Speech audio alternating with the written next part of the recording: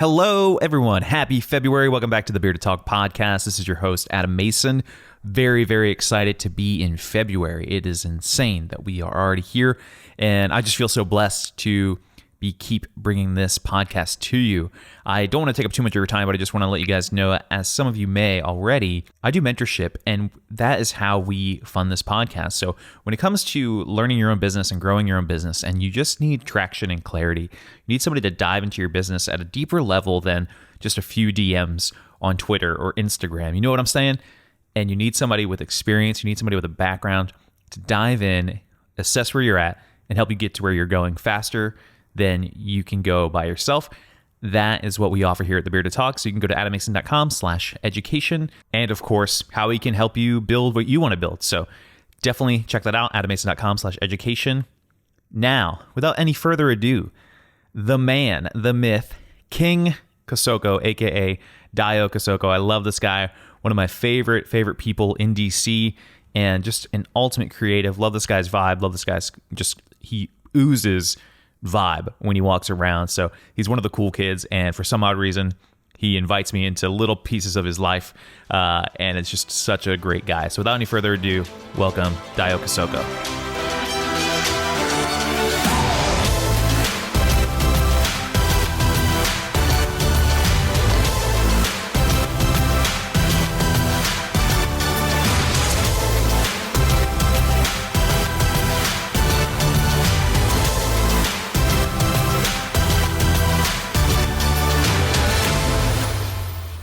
Dayo, what's up, man?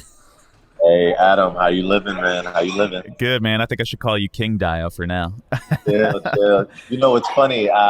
Some people, my family, all my siblings and all my kids all have the preface Ade, which means crown. So I'm called King Kosoko sometimes. It's okay. Go for it. That's crazy, man. That's awesome. So, dude, thanks for coming out on. I know we now share a studio space, which is pretty cool, or we share a building rather. But we've interacted a few times, and I don't think we talk about this enough. But I wanted to have you on. You literally were outside of my house like 4 years ago, not like waiting for me, but you were like on the stoop or just hanging out. And I think I had a camera, and you had a camera, and we were both like going off to shoots. And you were like, "What's up, man?" You were so friendly, and then I was like, "What's up, dude?" And and now we're buddies. We added each other on IG, and things have grown for our businesses and stuff like that. So I love it. But tell me a little bit about your background. I don't know as much about you as I would like to. I know you're Nigerian. How'd you get to DC, or were you born in this area? And then how did you get into photography? Cool. Yeah, man. First of all, Adam, thanks for having me on your podcast. I feel like you do a great job at getting some great information out of people, so I'm glad to be here. I was born in DC, actually. I'm the first generation of my family born in DC. And I went to high school here, middle school, elementary school, and I actually left the area to go to college at Curate University, which is a Jesuit school in Omaha, Nebraska. So if you can ever imagine what a culture shock is, a real culture shock is, then that's your story for the day. So that was an amazing experience for me, and it was there where I really fell in love with my desire for taking pictures. I mean, it's interesting enough. In high school, I was working at CVS Pharmacy, and I used to get free. We used to get free disposable cameras. We had a great manager who was supporting our passions at the time, and I would get free film editing, or excuse me, I don't even know what they call it now. With development. Oh my gosh, it's been so long since I touched film. I don't even know what to call it. But I used to get free film development too. Would take pictures in high school of people randomly trying to capture all these pictures for these memories for everybody, and then I would get 2 prints of everything. So I would keep one and give one to somebody. I think that's the equivalent of sharing a picture or texting a photo to somebody now. It's really interesting. We come from a generation where the duality of the old school way of doing things and the new way of doing things. So we have an appreciation for both. I think you're in that same realm as well. But I left to go to college in Nebraska, and I used to go to parties and different events. I had a Sony CyberShot point and shoot $100 camera, which was my really first. I always had it in my back pocket. Everybody always used to know. And I used to just stop people all the time, be like, yo, can I get your portrait? I like what you guys are doing, boom. Conversation starter and things of that nature. And one day somebody asked me, yo, I love the pictures you take. This is when Facebook was getting real heavy. And I love the pictures you take. How much for a photo shoot? And I had to take a step back, man. I was like, a photo shoot? How much? I'm like, whoa, money? So, it was at that point that I said, okay, I said, I'll do it. Pay me whatever you want. And it was then that I realized, whoa, actually, putting somebody in a position that you like, getting the best out of somebody, two people coming together creatively to create something was something that I really found interesting. So a buddy of mine had a Nikon. First of all, I'm a Canon guy. I forget what you shoot. It don't matter. I always say it's like a pencil or a pen.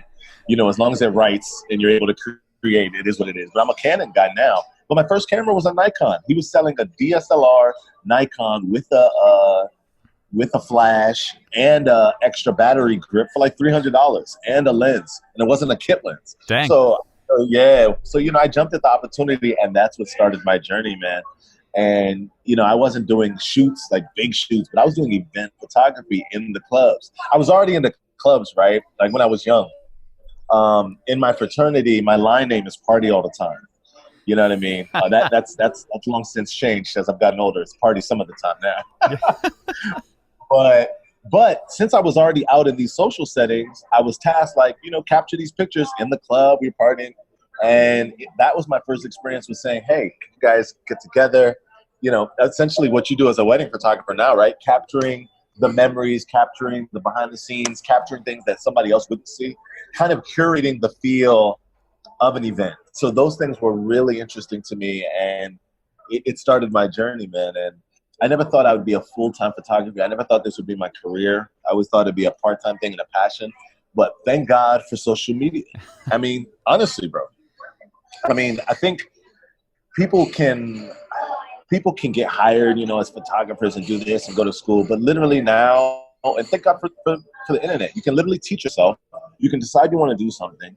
The more work you put into it, the more notes you take, the more homework you do, the more classes you attend, you're essentially teaching yourself how to be great. And if you have a business background or you try to, with give and take or wins and losses, you develop your business practice, you can really sustain this as a career. And with social media, we are living in I would say this, Adam, we're living in the vainest time in society. Vain to the point that we all like to see what we look like. Everybody wants to see something. It's like, how do I look? I need to put myself out there. And this is an age of visuals, man. It's visual. It's a visual age. And I'm just really happy to be active in it. Totally. No, that makes sense, man. It's crazy. I think people don't understand, like myself included. I'm essentially self-taught. By the time I got to college and took a photography class, I was already doing shoots and already kind of on my way. And, I definitely didn't know everything, and I still don't know everything now. But it's definitely one of those things. I appreciate that, man. I appreciate that. The king thinks I'm okay. No. But there's a few things where like you're mentioning, the amount of work you put in on your own is I think there is some, it's proportional to what you're going to get out of it, and you can tell who's been on the grind. And you know what, we've all watched those, a lot of us, I know you and I have, and Brian and the Shooting with Shooters guys, we've watched a ton of YouTube videos, and maybe not all of them are that great, right? But the idea is we're hunting for that knowledge and we're trying to chase after it. And I do think that as long as you have access to the internet somehow, and I mean, nowadays libraries have free internet, so it's I've heard so many stories of people just making it happen. So I love that, man. That's awesome. Are you what's your life like now, man? I know you're married, you have a kid, 2 kids maybe? No. Yeah. Two, brother. Yeah, you got it. That's awesome. I think it's really cool that I'm in a space where I'm a younger creative who's a father, who's a husband, and a lot of my peers are, young married couples, be it they have children or not. They're men who are on the grind trying to provide in this creative space. So, before, we used to talk to people and be like, I want to be a photographer. Somebody might suck their teeth or roll their eyes oh my gosh. But now it's like, whoa, okay, take a step back. Let me see your work. You know what I mean? Because they understand that this position has opportunities that weren't afforded in the past. So I love that, I'm able to make this my lifestyle. And, by taking a big leap 3 years ago to go full time, one of the scariest things I've ever done, because it was around the time I just gotten married. My wife was pregnant at the time. And I said, babe, I'm missing out on a lot of opportunities because of this 9 to 5. And it's definitely detrimental that, I'm not getting opportunities that I normally could have gotten. And I said, it makes me happy. So I'm just saying, like, just being a young creative and being it's cool that I have other individuals going through the same journey as me. And I think it allows us to, ask each other questions, iron sharpening iron. A lot of my buddies in this industry, we put each other on to gigs. We know what people are good at. We know what we like out of each other's photography. Whenever somebody's like, yo, I need a wedding photographer, I don't consider myself a wedding photographer, but, I'll shoot a wedding here or there. But if somebody's like, yo, I need a wedding photographer, you're definitely one of the names I always throw out to them. I appreciate it. It's not even just about, can you shoot? It's like business practices. It's like that person, I love the way they operate their business. They understand this is their career. They understand this is their journey. So, it's having all these people around you that helps you sharpen your own business and your own creativity as well. So I love the place I'm at. I love where it's going. Of course, I don't know how you feel, but it can definitely be trying. There's highs and lows, but there's more highs. And I think that's why we do it, right? Yeah, no, absolutely, man. I think it's, I heard a phrase a long time ago, and it was something like, freelancers choose to work, 60, 70, 80 hours a week so that we don't have to work 40, which sounds weird, but it's like, that's the goal. It's like, I'd rather work twice as much on my own thing and my own vision and, with my own optimism, and then work for somebody else, and not even somebody else, but like, that sounds facetious, but like, just not be in your passion, and I feel like you and I, it's a combination of, obviously luck, like we're super lucky, or we would say like we're blessed to do this. But at the same time, it is like matching the hard work, but, and yeah, there are definitely some trying times for sure. And, seasons where you're like, damn. And, I usually, for me, it happens when I check my email too late at night. Like I've tried to like not check my email 24/7, and it'll be right before bed, and you get an email and you're like, damn it. If I want this business, I need to handle this right now. Yeah, exactly. It's really interesting. You mentioned that point, Adam.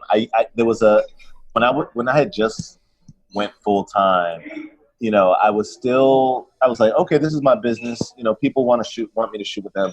People want me for this and that. I almost had this air of, oh, I'm going to be good no matter what. I'm awesome. I'm good. But then I slowly started realizing, like you're never the only photographer. You're never someone's only option. So it's the other things, right? It's your business. It's your website. It's your response time. It's your, who are you? It's your personality. It's, why are you being selected for this job? Someone saw something in you that they knew was going to be perfect for the opportunity. So sharpening all those things has really benefited me. And I, like I say, I always mention this because I see this in you. Like I watch you, and it's really cool. People are always watching, whether you know that they're watching or not. I always say someone's always watching and someone's always rooting for you. Yeah, no, so 100%. Somebody who's always like, yo, guy, you got to use this. Is some, there's always that person, and I always appreciate that. Yeah. How do you? I'm curious now. You've been full time for 3 years. Like, how do you spend time like sharpening or practicing your craft? Like you said, like sharpening iron. Like, is that through buddies or people, or are you still grinding on different stuff you're trying to learn? How's that work for you, man? No. I think it starts with stepping out of your comfort zone, right? So if I love shooting editorial work, and I go up to New York Fashion Week, I go up to New York, I'm shooting something for Ralph Lauren or Gucci or something like that. That's editorial. That's something I know I can shoot. It's lifestyle. I know how to make people look cool in outfits. You know what I mean? But recently I've told myself, I want to expand my love for what I shoot, right? And I think, with working with like Nike and on things like basketball and things like that, it's pushed me in the direction of also sports, right? So stepping outside of your box. This week, just as recently as this past weekend, I was shooting with the United States Tennis Association. Now, man, I've never shot tennis in my life. You know what I mean? I know a little bit about tennis, obviously, Serena, Venus, things of that nature. But it was definitely eye-opening to me because it's the love of the new sport that I've been introduced to, but also the ability to capture it and make it look cool. Now, I look at that as not only make it look cool for me, but I think there's a generation of people that seeing it and understanding it is knowing that they can do it or be it.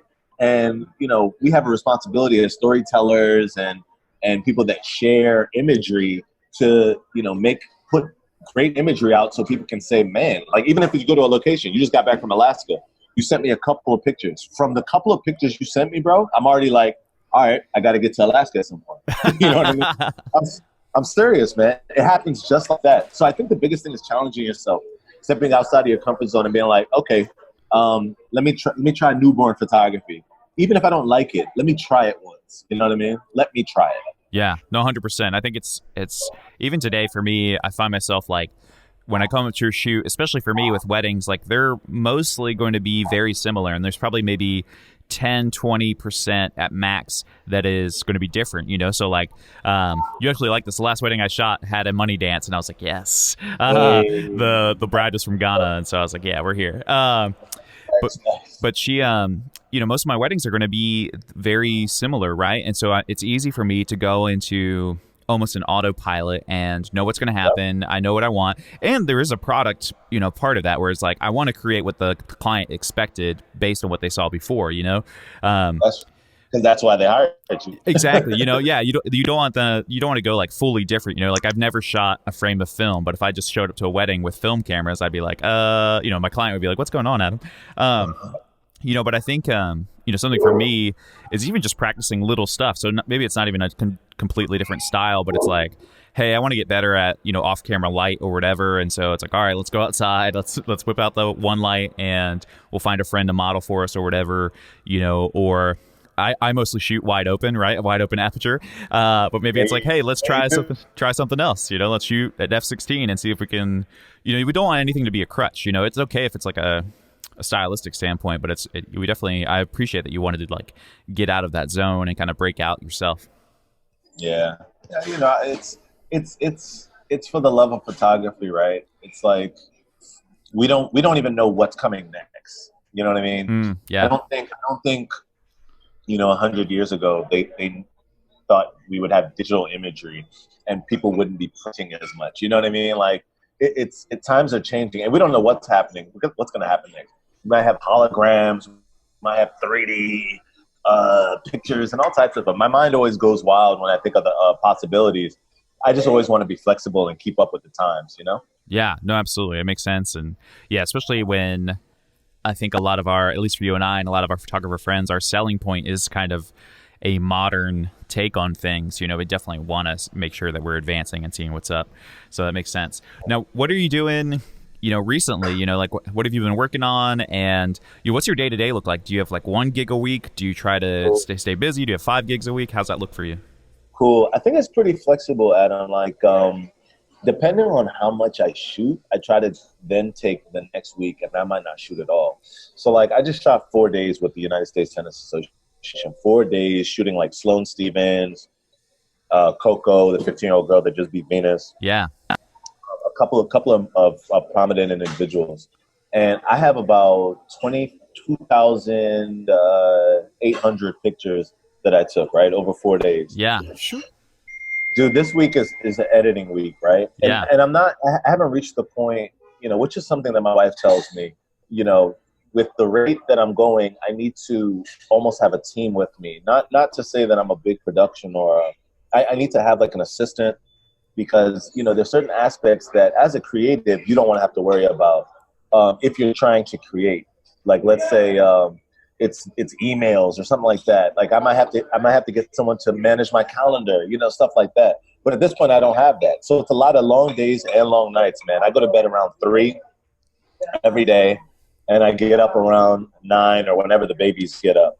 But I try to leave the house Mondays and Fridays, I stay around the house because I got two small boys to try to work from home so I can spend some time with them as well. But Tuesday through Thursday, I'm in the studio or in a coffee shop, just somewhere getting away, using using my laptop at any given place and just editing and organizing business. I just got contacted.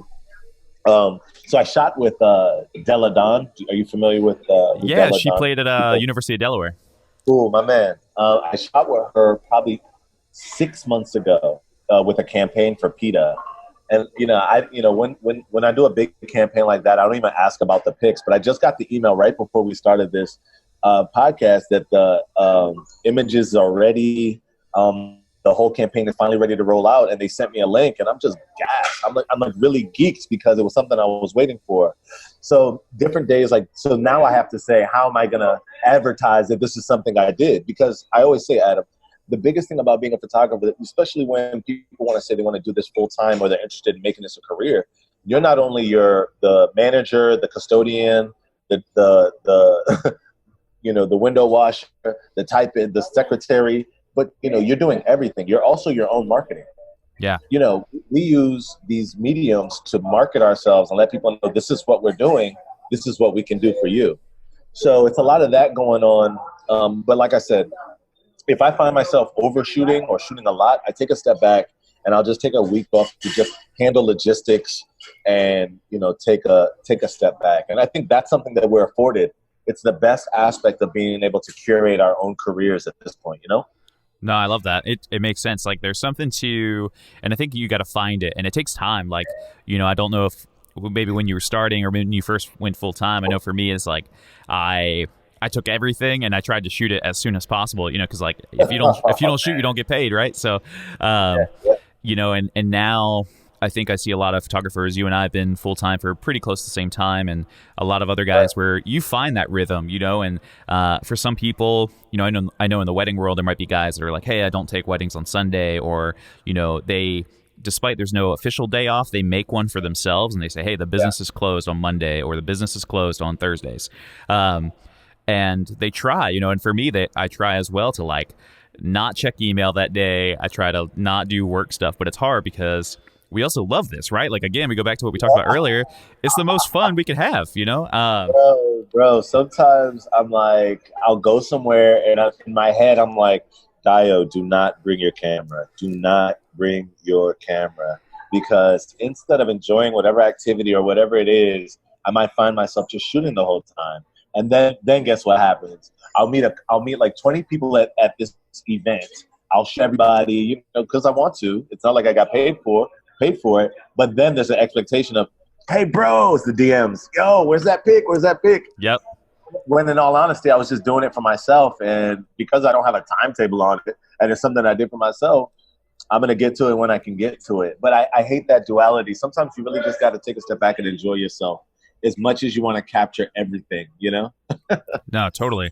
It's important because if you don't have that rest, then you're not going to be the best photographer you can be, or the best husband. These other considerations we got to think about. You know what I like about you, Adam, as well? This is something that I always try to push towards photographers that are, trying to take this thing seriously, trying to shoot, trying to do all this.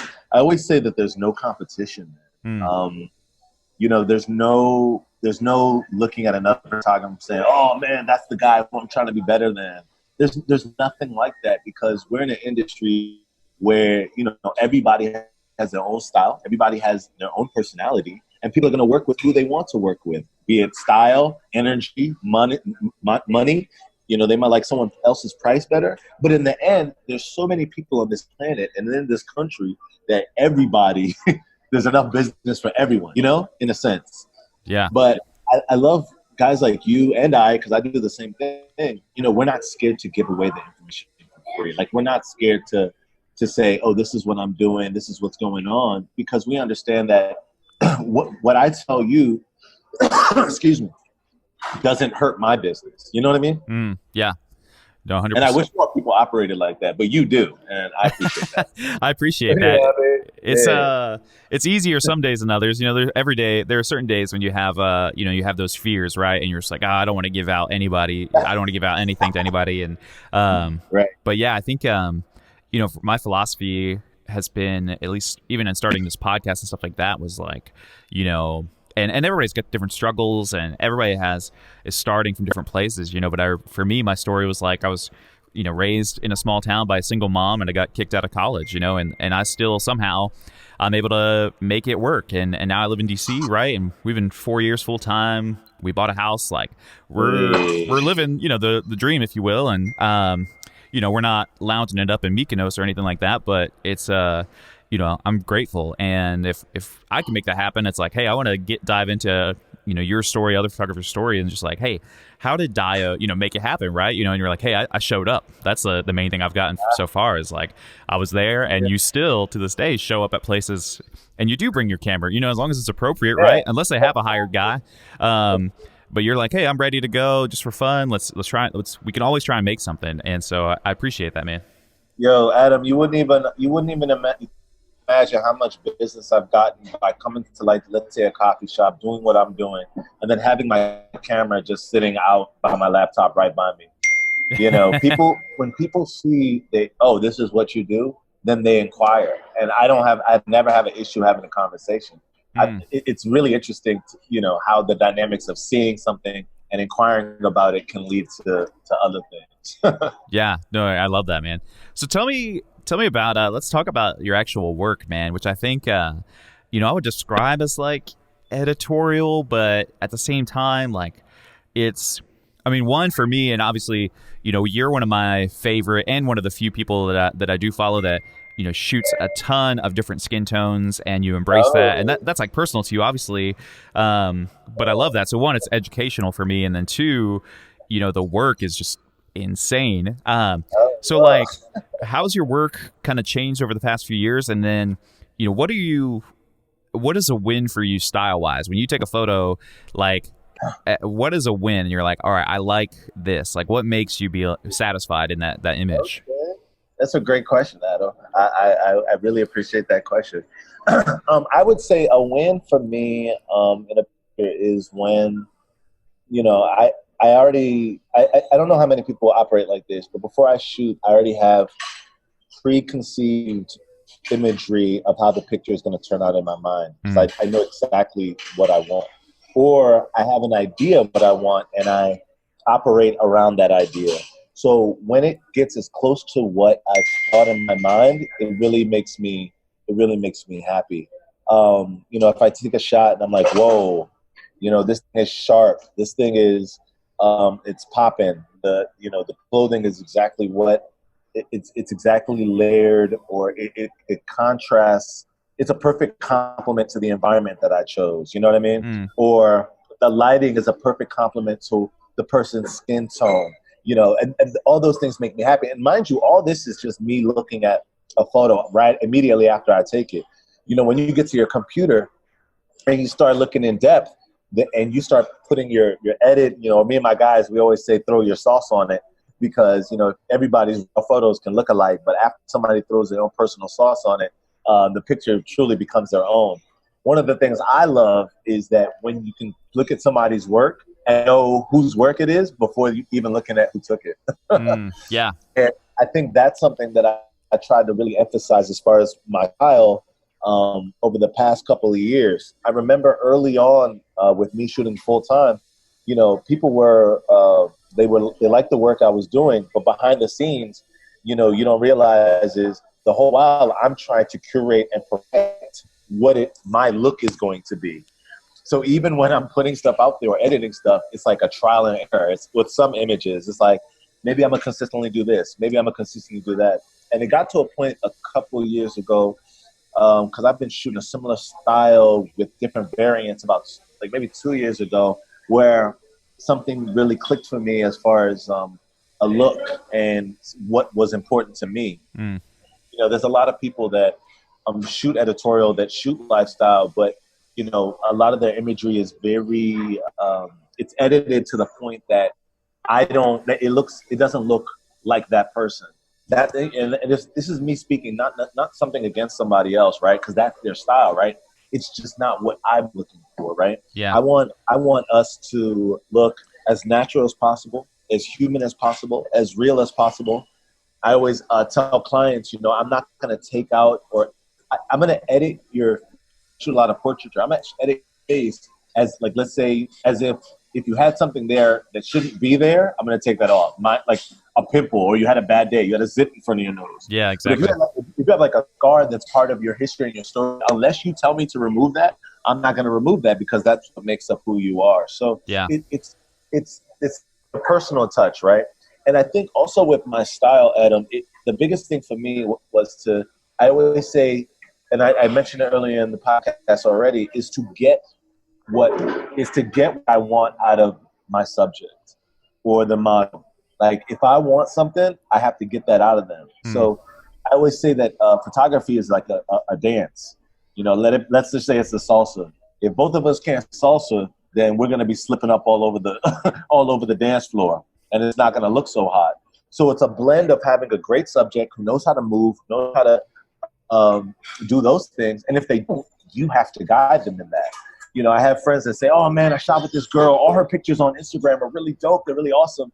But when I shot with her, it was kind of stale and boring." I said, "Hey man, part of that's on you. Yeah. You gotta direct. You gotta get that out of them. If they feel uncomfortable, if they feel shy, you have to make them feel comfortable." So, that's what I've learned over the years, and it's really gotten me to the point I am now, and I guess the proof is in the pudding, and my work is showing for it. But still, Adam, I still feel like I got some ways to go. I feel like I can always do better. I feel like I can always be more, and that's how I stay motivated. Yeah, no, that makes sense. It's like, do you ever come back from a shoot and you're like, you don't know if you killed it, and then you start editing and maybe it goes both ways? You're like, oh yeah, this is fire. And then other times you're like, dang, I wish I would have done this, or something like that. Yep. I've definitely come back from a shoot, and in my head I've said, oh man, these are just okay, but I know my client's going to love them. You know what I mean? Sometimes you're like, okay, the client's going to love them because they love what you do, period. So we're our own worst critics, because there's things that we're going to see as a photographer that a client's not going to see. Yeah. Like, let's say something's not as in focus as you might like, but it still looks like a great image. Yeah, no, totally. I think one thing that we have to step back from is trying to be perfectionists and be more focused on the moment. Because if you capture something that's a great moment, it's awesome, and you say, oh man, I can't use this photo because it's not as sharp, it's not as clean, it's not as, man, it's a moment. It's literally something that happened and you took a picture of it, and whoever sees it is going to remember that. And I think sometimes it's the history of the story that's more important as well. No, that makes sense. Is there is there something that like helps you kind of get along with your subjects if you're shooting people, right? And primarily everything I see from you is photographing people. Like, what is one of your maybe go-to tricks or questions that you ask them, and you're like, you're trying to dive deep and let them feel comfortable with you? Oh, okay. I think it's generally the conversation, and it's not anything. Okay. This is the best part. When I work with somebody, I don't like it to be like a one-off, or like, okay, hey, let's shoot, let's just do something, I have a great idea. Like, if I shoot with somebody, you may even see me shoot with them again, because I have this community mentality where it's not just you helping me, but I'm helping you, right? And you're helping me by being a great subject, but I'm trying to help you by being the best model you can be. So as I talk to people, I always ask them, like, what are their goals in doing this, right?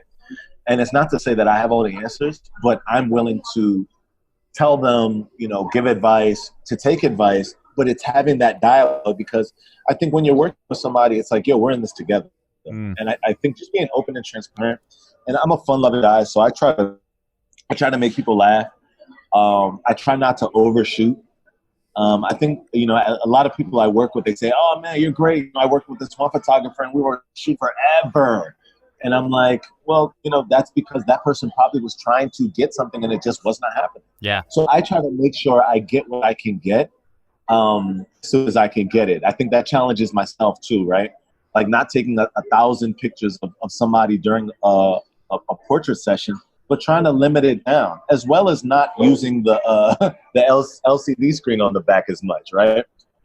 Totally. I think a lot of shooters, we take pictures and we immediately want to see what it's going to look like. Like, boom, oh my gosh, was it good? Boom, oh my gosh, was it that? So I'm looking up and down, and it's just taking it and looking at it later and being like, okay, having trust in your abilities and checking it out later, you know? Yeah, no, that makes perfect sense. I think one of my favorite shoots you've done recently, I mean, you talked about shooting the same people over and over.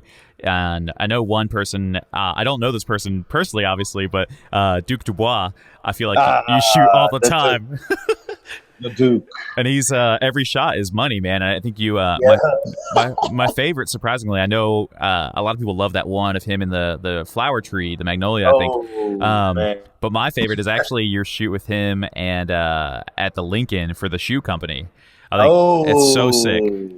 Adam, you're telling me new stuff I didn't know. I appreciate that, man. I mean, it's like I don't think it got enough attention, but it's he's casual, which I think is is super styled, right? And then the thing I love about it is, I think it's kind of, faux pas or like cheesy to do like selective color nowadays, right? Like you always saw that wedding photo that was black and white, but the rose was red. Yeah. But this is like halfway in between, and it's cool. And I think it helps that like the focus is on the shoes and the tones. I always say something about like the more clean and like simple, where like, and not simple as in bad, but it's like there are like three things happening in most of these photos, and that's like, all right, you got the gray background, which is like the Lincoln Memorial, which looks crazy. You've got Duke, who's kind of in this like peach orange kind of vibes, right? And little like hints of color come from like the tips of his hands and stuff like that, and his lips.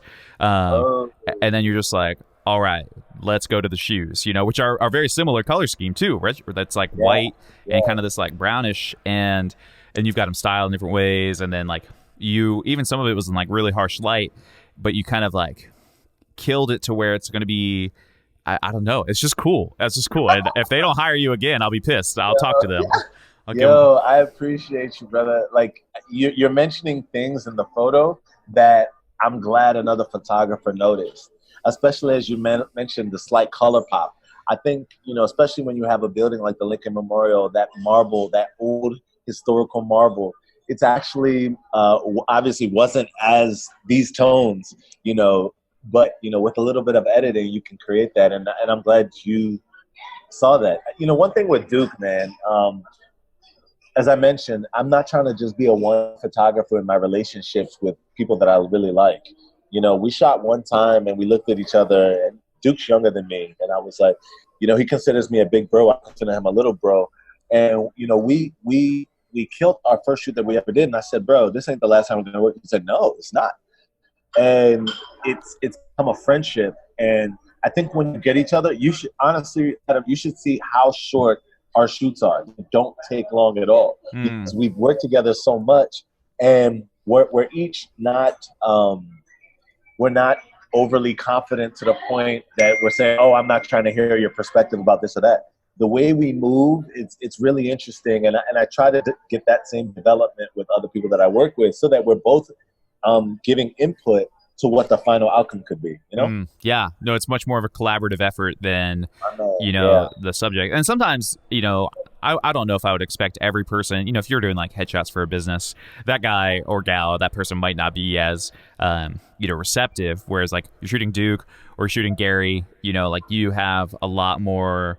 Like you're gonna show them the back of the camera, like, bro, look at what we're hitting. This is cool. It's a lot more fun. I think that is one of those things where that relationship, it just makes people feel comfortable. And like I always tell people, like the more comfortable you feel, the better you look, man. It's like if you feel good, you look good, and you do a good job at that, man. I think it's awesome. It's the best, man. That's why ironically, Duke actually shoots as well.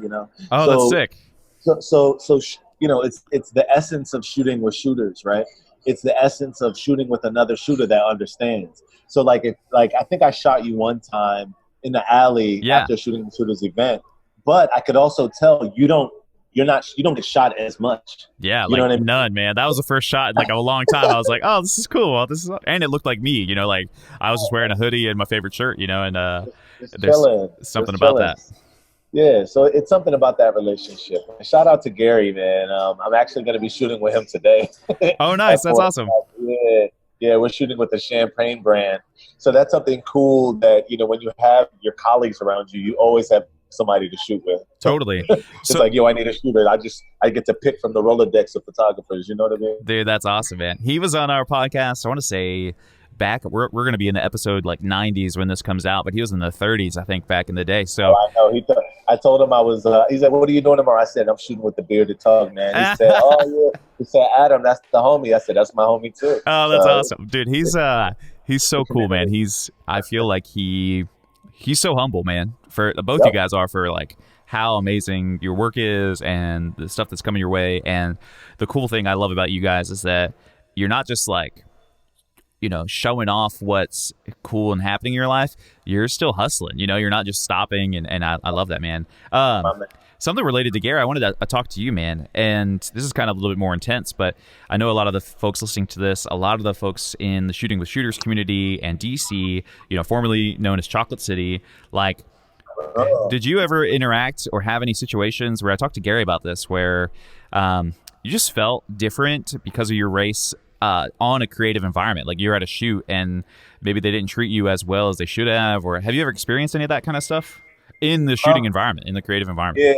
Yeah. I would say that one thing about being a black photographer, especially with in a corporate world where now we're literally everyone's being judged by the quality of their their work. But let's just say this. Like, I just got back from Facebook. I was shooting in San Francisco at Facebook. Yeah. It was a great experience, but I know that it was really good because me and my team, shout out to Sniper, Brian Mers, a couple other individuals, Paulo, we felt as a team. I took there's 3 black gentlemen and one a Mexican gentleman.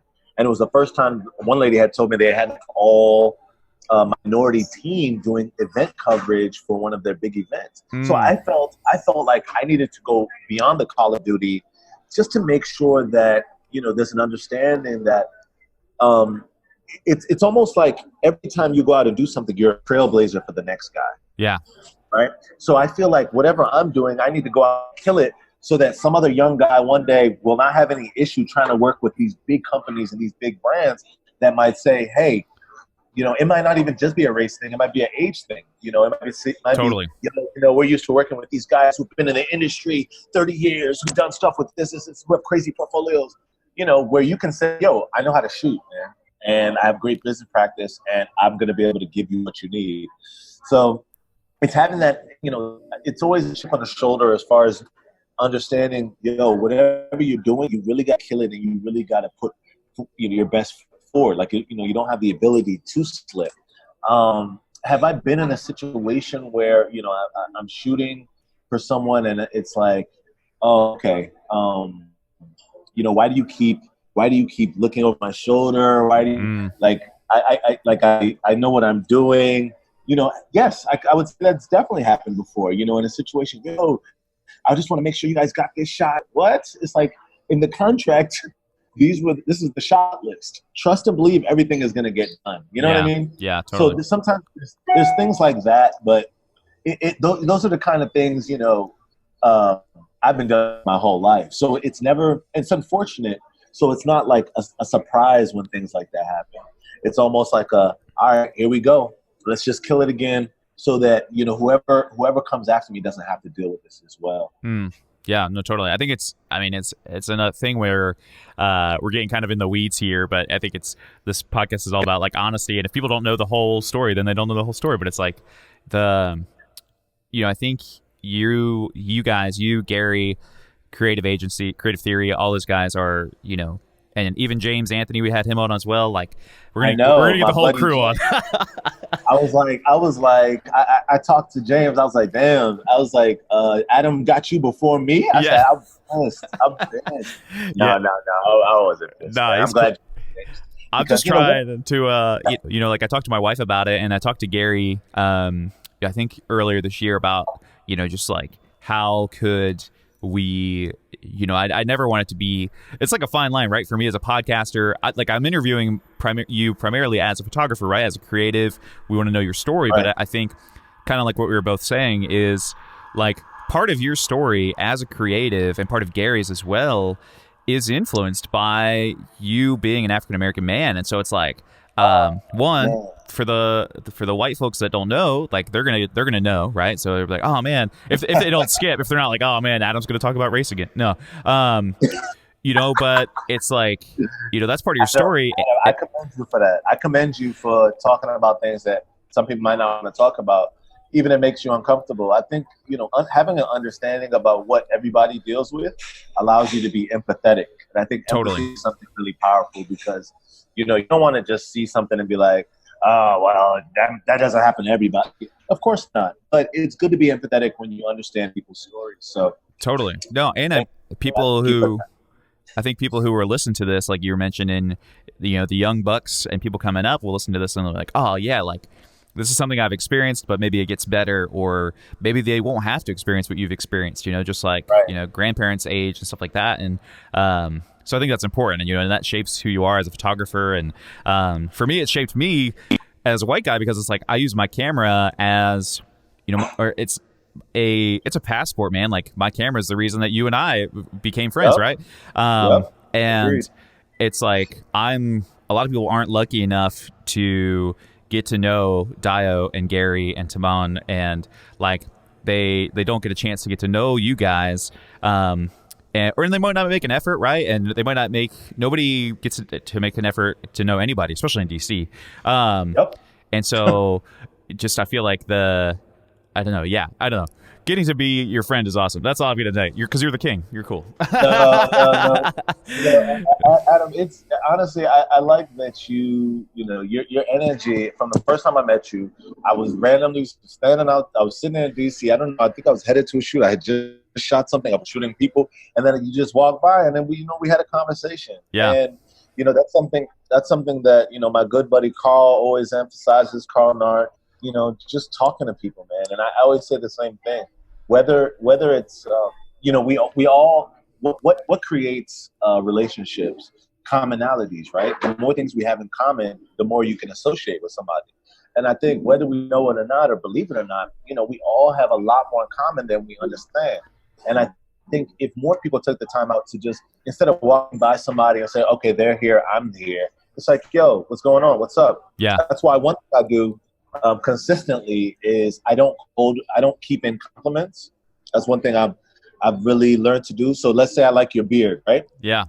You walking past me on the street, I'm gonna say, hey bro, nice beard. Yo, nice shirt. Yo, I like your shoes.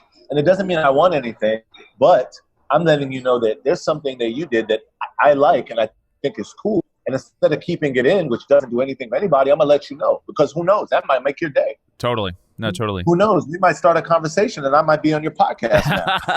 A few years later. Yeah. I mean, that's, I love that, man. That's something I think about all the time. It's like, and I think that's a photographer trait too, is, I think you're probably this way, I'm this way, where we love to give compliments, like we see something and we're like, hey, this looks awesome. Or, hey, I love, like you said, I love those shoes. Or, hey, you look really great today. Or, whatever that fits for those people. Mostly that's how we love people. And then too, it's like we don't want those shoes per se, but we're like, man, you made such a good choice, choosing those shoes or whatever.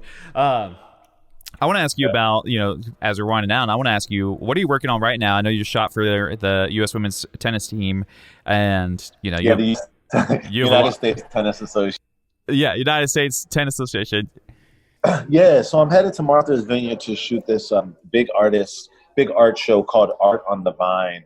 I've worked as the creative director with their team, but I went last year for the first time. I actually had to leave abruptly because I thought my wife was going to give birth while I was on the island.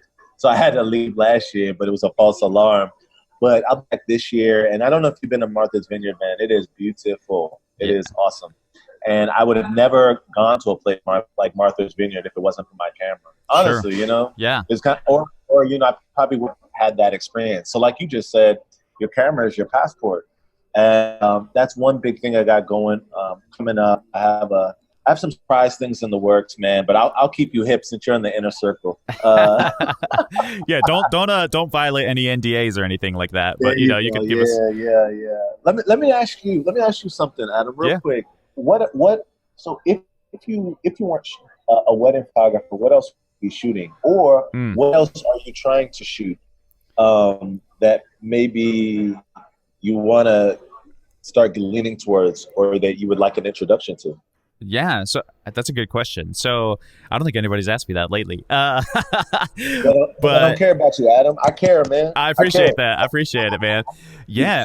So I think that my process as a wedding photographer has been a positive one. I feel like a lot of photographers, have tried to dive into the wedding world, and maybe they had a bad experience, and maybe that came from either most of the time it's bad expectations, right? Either on the client or on them, and that creates a bad taste in their mouth. And you're like, man. And when you're new, you're only shooting one or two weddings, at a time, right? So you're like, it feels so feels so big and important at that time. And now I can see, now at the end of this year, I've shot 200 weddings, and Oof. yeah, Wow, congrats, man. Yeah. Hopefully you throw in the applause. I appreciate that. Sound bite right there. Exactly. No, so it's one of those things where I think for me, it's those things that haunted me when I first started, or again, we talked about those late night emails where a client, maybe they're not as happy with something, and it might not even be the photos, it might be a part of the process or whatever. Right. Right. Those things you take personally as a freelancer. Yes. But I think there's two ways that I've learned, and I'll get to the answer to your question, I promise. But for me, the process of dealing, with customer service, right? We are business. Like, how do we serve our customers? Is I think for me, it's been education, right? So I always share this example, and all my couples usually laugh, or they're like, "Oh, this makes sense," right? So this doesn't happen to me much now, but when I first started, and most wedding photographers, this happens. Like, a bride will book you, and then like 2 days before the wedding, they'll send you a Pinterest board, or they'll send you some photos that they want done, that they never talked about the whole time. They waited till 2 days before the wedding, and then they'll send you this Pinterest board, right? And this bride sent me one, and the whole board was just photos of brides and their dads. But it was like super epic. It looked like something out of like a commercial shoot, and I was like, "This really isn't my style. Like, what's going on here?" And I had to make a choice there. I know a lot of photographers would see that and they would immediately feel bad, like, "Oh, doesn't this client like my work? Like, didn't they they're paying me. They signed the contract. Like, don't they like me?" And so most of the time now, this doesn't happen as much anymore. But the one thing that's helped me and kind of smooth out the process is I just asked that bride. I said, "Hey, like, tell me a little bit what you like about these photos. Is it the color? Is it, that there's a gazebo in the background? Is it, what is it?" And the bride was like, "Oh, I just want to make sure we get a photo of me and my dad." And I was like, "Oh," I was like, "Come on." Like, so That's it. what that says though, as a business, for me, what I took from that is, oh, that's a communication issue on my part, that there should be some photos that should be obvious, that the couple will know, like, hey, like if every once in a while I'll have a bride, they'll be like, "Hey, make sure you get a photo of us walking down the aisle." I'll be like, "That's my business, is you walking down the aisle." Like, that's where it's at. Right. But again, you have to be gentle, and like, it's their first time getting married, right? And it's my 100th time being there, 200th time being there. Sure. And so I always give an opportunity for education in the most gentle way I can, and go from there. And so that literally right there, that's the only downside, I think, of my job as a wedding photographer is learning about expectations of different people, right? So like, a lot of my commercial photography friends, they might have 20 clients at max for a year, whereas for me, I have 40 that I'm shooting this year, plus I'm managing 20 from last year and 20 for next year, depending on their album process, we're booking, all that stuff. And so kind of managing 80 different clients. And then, that's, for me, that's couples. So that's 160 people. And then all by yourself. Yeah. And plus planners, so it's a lot of communication. And wow. I like that part, right? I'm a talker. That's why I have a podcast where I can just spew my face off. So that's really the only uncomfortable part of my job. The other thing is, like, when my family, before they get married, before anybody in my family gets married, they have to text me and be like, "Hey, are you free this date?" And I'm like, "Yeah," not because they want me to shoot the wedding, but they want me to be there. And I'm like, "Hey, I'll make sure I'm there." Because life gets it booked in advance for wedding photographers. Yep. That's the only weird part. But so all that to say, this job, man, has opened so many doors, not just financially and not just socially, but again, for me to learn about the lives and depths of relationships that I never would have gotten to from my hometown in Delaware, man. It's like I always make this joke, like I didn't see a Best Buy until I went to college, which is not a big deal, but like my perspective and my perspective has opened up so wide now, and I feel so lucky to do that, and so now wedding wise, I've shot all kinds of people, from, again, like I told you, the last wedding I shot was like a Ghanaian fusion wedding, where it's like an African woman and a Caucasian dude from Arizona. And then I've shot, Indian weddings. I've shot Nigerian weddings, and culture. Yeah. Yeah. And for me, that's the safest place. One, I feel like I get a privilege there where I can walk in and I get to learn, with, the comfort of them trusting me to tell their story. Right. And, so that's so cool, and what happens there, honestly, and we're going to get real. We talked about race and stuff like real, that. Man. Get real. As I go back to my parents and they see my photos, and you know what? I don't know if they'll ever be able to attend a Nigerian or an Indian wedding, or if they'd even want to, if they'd even feel comfortable, But as for me, I feel like I get the chance, and I don't know like the dynamics of this is appropriate or not, but I feel like an ambassador where I'm like, hey, that's it. There's so much more. You're literally breaking it down, man. Yeah. You're literally showing people things that they've not ever seen. Totally. And that's something else that we can do too. Whatever we put out there is a visual of something that we got to experience, but we get to share that experience. 100%. I'm literally, while I'm talking to you, I'm scrolling down through your page, and I'm like, damn, this guy Adam is capturing love from coast to coast, location to location, and people to people, and I think when you look at someone's work, you can immediately tell about their ability to be a nice person, to do good work, because some of these images you can't just get from a client. They literally rock with you. So yeah, man, you're that dude.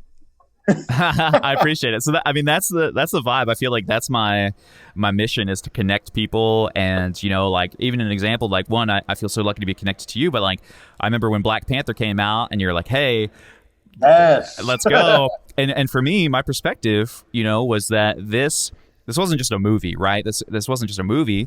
This was a chapter marker in African American culture in the United States, and let alone the world, and then agreed. It's a big deal. And as my friend, I was like, oh, this also all that. And then two, I was like, this is a big deal for Dayo, and this is a big deal for Dayo's community and for Dayo's friends. And I want to support. And then I was like, this is one, I think this will be the most fun way to support, is if I can, help Dayo out and help be at this place and, just show up for my homie, and, brought my wife. Right. And there's not a better movie viewing experience that I've had in my life other than that time where like people be like, oh, you've been to the drive-in, be like, oh, that's cool. Have you seen Black Panther with 500 African American friends? Yeah. I think the only thing that rivals is I used to live in inner city Philadelphia, and I would go to movie theaters where I lived, and I'd get to see horror movies with all kinds of people, and it's just so funny. The reactions in the exactly. The movie. Yo, don't go in there. Yeah. That's real life, man. I think it's so cool, and I think movies too. People get down. We're getting crazy. They've shut off their podcast players by now. But like people, even when they go on our first date, their second dates, they'll go see a movie, and one, because it's like kind of easy and fun. But I always thought it was like, I want to see how this other person, interprets what's going on, right? Because you get to see the reflection of their worldview or whatever. Through this movie, right? And so, like that's another cool cultural thing. And so, long story short, I love my job. Wedding photography is, I think, where it's at for now for me. But what I've seen recently, this is so funny too. We can kind of talk about it. Is like, you got to shoot for Facebook in San Fran, and then I've been shooting for Facebook this year for a few other events. kind of on the Nice. east side. Yeah, I've shot a bunch of political stuff. I didn't know that. I didn't know that. I don't share it, and so Oh man. that's for the podcast only. But I'll send you some links. But they, and that's been really cool. And I have a few other clients that are on the corporate event side, and you know this too. That's why they hire you. Is like these companies are dying for modern, captivating imagery that not only will, just look cool, but also like I always tell my event clients, like I have a big corporate client that they're in like the energy space, like it's very corporate, very like tie and button down kind of deal. But I always tell them my job is to sell tickets, man. Like if my photos don't make people want to come to your event, then I'm not doing my job. And everything's channeled through that, right? Because you always be in that meeting and they'll be like, hey, we would like a lot of diversity. We would like a lot of international people. If you can get people shaking hands and smiling, having a good time, that would be really great, which is fine, right? But if you shoot it through the lens, metaphorically, if you shoot it through the lens of like, I'm trying to sell this event, it should be obvious. Like, hey, I want to show people that this is a safe space, or this is a diverse space, or that this is a friendly space, or that this is a hype space, right? Hashtag hype space.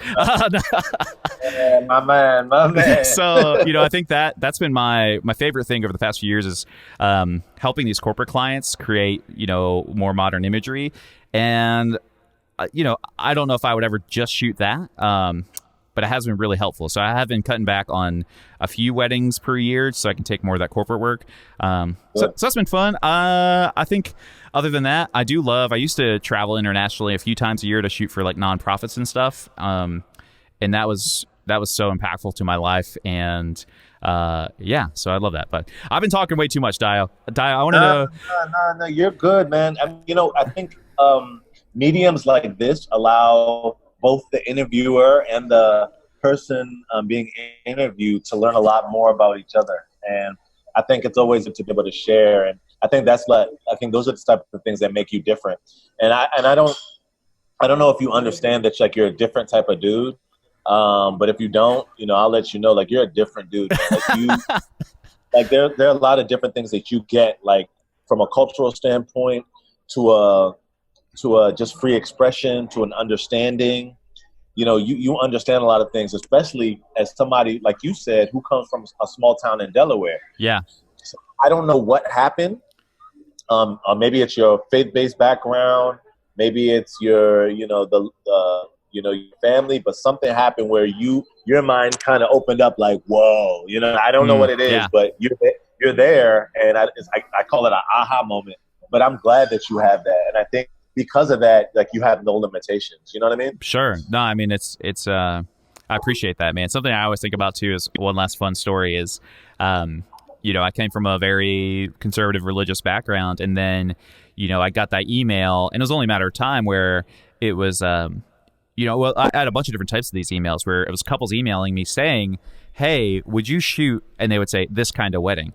And at first it was like, something that I didn't even think of. I thought it was like, well, of course, it'd be like interracial couples, and they say, hey, would you shoot this? I was like, of course, like, why not? Like in my mind, I was like, hey, I thought we were past that, right? But apparently a lot of couples, one, you Google wedding photography, they don't see that online yet. That's still that's not infiltrated into the the $1 billion industry that wedding photography is. And then I got that email from a super cool couple, and there was two guys, and they're like, hey, would you shoot our wedding? And I was like, hell yeah. I thought about it. I was like, what was my job? And my job was to tell why not? Tell the story. And bro, it was so powerful. Like I think I've only told the story once on the podcast, is I got to shoot both of them getting ready, and they got ready together, which is not super normal for a lot of weddings. But they got ready together. Right. And as we were talking, we're just getting to know them again, making them comfortable. They told me the story of like both of their dads getting to meet the other guy, before both their dads passed away. Both their dads passed away the same year. Wow.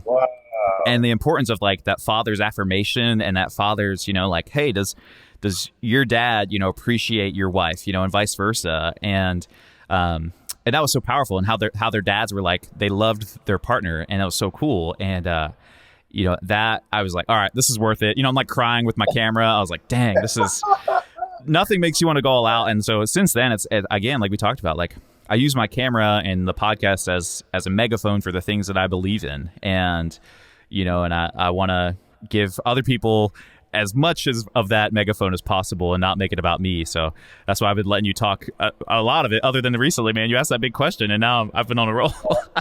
I'm so sorry. Man, no. Don't be sorry. Don't ever be sorry, bro. I think I asked that question because it was something I wanted to know, but I also think it's something other people deserve to hear about you. You know what I mean? And, we're all just so modest, which is a great thing. But I always say we really need to give the roses while we can still smell them, and allow people to, people be like, "Yo, you're great, Dayo. I love your work," and I used to be like, "Oh man, come on, man. I'm just out here trying." Now the first thing I say is thank you. Yeah, I really appreciate that. Yeah. Then I might go in and say, "Yo, I'm still working," but I'm gonna say thank you because they don't have to say that. Totally. Awesome, man. Well, hey, where can people go to find more of your work? I mean, obviously, we're gonna link the Instagram so people know what to talk about. But is there anywhere else people should be looking? Yeah. Is Shooting with Shooters coming back? No, dude, Adam, we got a lot of stuff coming, man. Me and Brian just, both of our kids just turned 2 last Monday on the same day. We both finally adjusted to this fatherhood life, and we got some great things coming, man. And you're gonna be one of the loyal listeners, man. So you're somebody who's going to have some special privileges coming soon, man. Coming real soon. But you can check me out. Anybody can check me out. My website is The Art Hype. Instagram The Art Hype. Google The Art Hype, and you will find me. So Shooting with Shooters as well. You can check out my new series, Moon Melanin. That website is being under development, but the Instagram is there as well. So, yeah, man, much love, and I really appreciate you having me, man. It's been a long time coming, but it's right on time. Love listening to that guy talk.